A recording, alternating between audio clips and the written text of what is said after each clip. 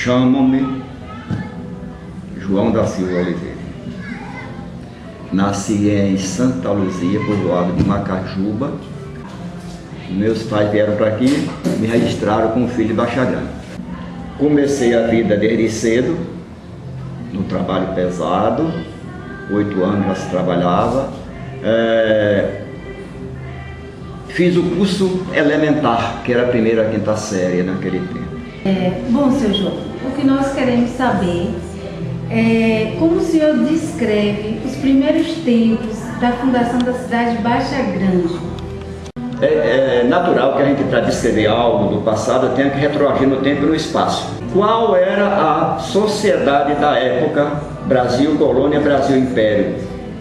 Primeiro, o governo português da coroa achou por bem fazer as glebas chamadas de capitanias hereditárias. O nome capitania porque a entrega é um capitão, ou do exército ou de patente comprada, que havia naquele tempo.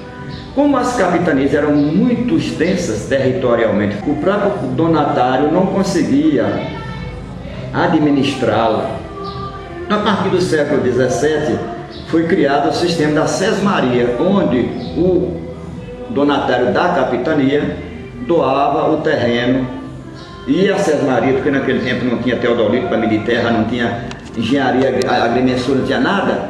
Era curioso, você subia no monte do cais e a capitania era até onde alcançar a vista para o morro de Orobó, né? Ou então para o morro da Miraserra. Então as capitanias eram, não digo imaginárias, mas eram praticamente aleatórias em áreas e medições.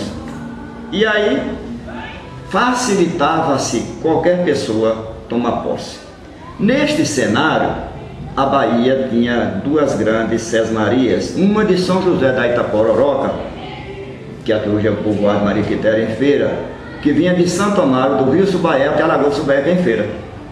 E a sesmaria de cá, do Jacuípe, ou do Sertão, que olhando de lá de cima do morro que tem em Feira, vinha até o Morro do Cais, aqui em Baixa Grande. Daqui fizeram a redivisão para o Morro do Orobó. Tanto é que Rui Barbosa e Itaberaba nasceram das terras de Baixa Grande. Neste cenário, o governo incentivava pessoas que vinham de fora para explorar a terra, a agricultura e pecuária, que era o foco. Então, nesse cenário, chega um cidadão que havia cometido um crime no Piauí, esposo da dona Ana Santos Souza, e se homiciou, ou seja, se escondeu na fazenda Comiciatá. E eu fui pessoalmente conhecer a fazenda e medi uma época. Município do Camisão, que agora é Ipirá, localizado entre o Rio do Peixe e o Paulista, quem vai de Ipirá a Itaberaba.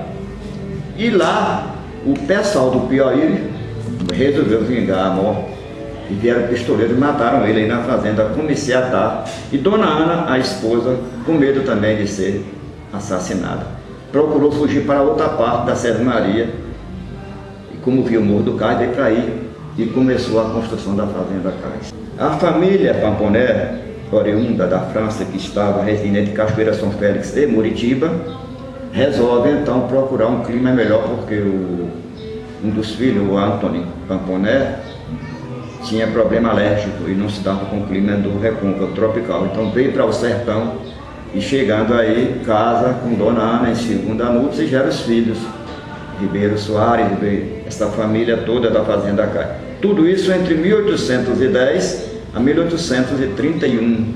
Na Chapada, em Lençóis, havia em ascensão, vindo por Minas, por Rio de Contas, os Mirandas, descendentes de portugueses, e o Sabaque, de turcos judaicos. Então lá esse povo ficou por lá. De repente, dona Ana, católica como era, vai fazer a penitência no Monte de Mairi, que era o mais próximo. E aquele negócio tinha romaria, na Semana Santa procurou um monte para orar. E foi chegando a idade, então ela resolveu usar a mão de obra escrava, que conduzia ela naquela carruagem antiga, fazer uma capela mais perto da santa dela, que era Nossa Senhora da Conceição, Maria Nossa Senhora das Dores, a santa de lá. Então ela chama o filho, já Manuel, homem, Manuel Ribeiro Soares, e manda desmatar naquela Baixa Grande, pegando do lajedo, que é lá embaixo, 50 tarefas em sentido de comprimento e 5 de largura. Então os escravos vieram, acamparam e desmataram. Então ela começa a construção da capelinha dela, que era de taipa. A capela era de taipa. E rezam as tradições antigas que dos escravos, um ficou morando no Olho d'Água, que é essa região aqui, da casa de seu Vega, chamado Sabino da Conceição. Bem numa cidade nova, os escravos ainda não podiam morar junto com os brancos, né? O escravo ficava foragido, fazia o que chamava de uma tapera, num cantinho lá isolado, e ficava por lá. Não havia perseguição mais, que veio logo a lei do ventre livre, da abolição, aquela coisa toda. Então, esse cenário todo antecedeu os primeiros tempos de Baixa Grande. E aí a gente gostaria de saber por que famílias de tão longe, exemplo da Miranda e Sabá, que vieram parar aqui nessas terras, se instalaram aqui. Quando Dona Ana desmatou a área a divulgar, primeiro foi a Salvador comprar a Santa, né? Estabelecer na capela, e o padre José Luiz de Almeida Couto veio de Salvador, né? A imagem vinha de trem até feira, nesse tempo tinha ali trem, e aí iam buscar no lombo de burro com os escravos carregando a Santa no andor. Aquilo é como se fosse a internet hoje em dia, né? Quando vai uma Santa, vai um padre, todo o conhecimento fica. Logo de cara, tinha um povoado de peixe chamado Anguera, as Almas. A família Boaventura achou por bem vir para cá experimentar. E os Sabá, que eram descendentes de turcos, mascates, viviam nas estradas gareiras de Lençóis até a região de Senhor do Bonfim, Jacobina, ouviram da criação do povoado, resolveram então se estabelecer aqui. Então os camponeses cuidavam da agricultura e da pecuária, e o Sabá Miranda do comércio. A briga política começou de lá para cá. A disputa de dinheiro, de status e de coronelismo. Então isso foi muito sério, porque travou o progresso da cidade, porque a falta de união de duas famílias veio a casar agora. O pai de Volcão e de Rocha.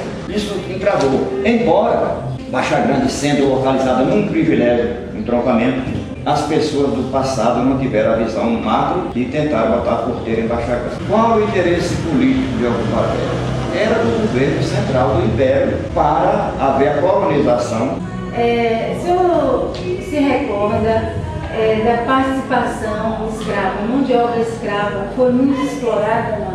Seguindo a moda reinante do Brasil, a mão de obra era toda escravagista, principalmente a mão de obra pesada, que era a construção civil.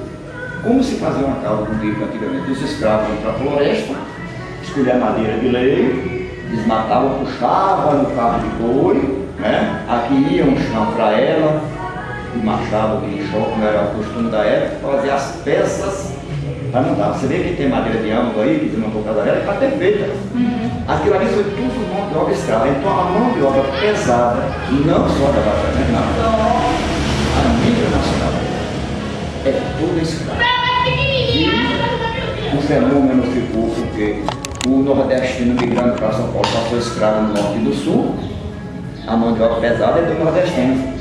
O que aconteceu no nordestino? Nós tivemos a miscigenação do caboclo, do mulato, do cafuso, né? O preto com branco, com índio. Então essa miscigenação facilitou a aproximação e a unificação das raças de crenças. Isso foi muito bom, porque hoje em dia se trabalha pacificamente. Eu creio até que o racismo não está assim tão mais acentuado, salvo alguns que eu chamo de quistos localizados. Mas na generalidade, isso já se abrandou muito. E a contribuição da mão de obra escrava na formação do Brasil colônia, ela foi toda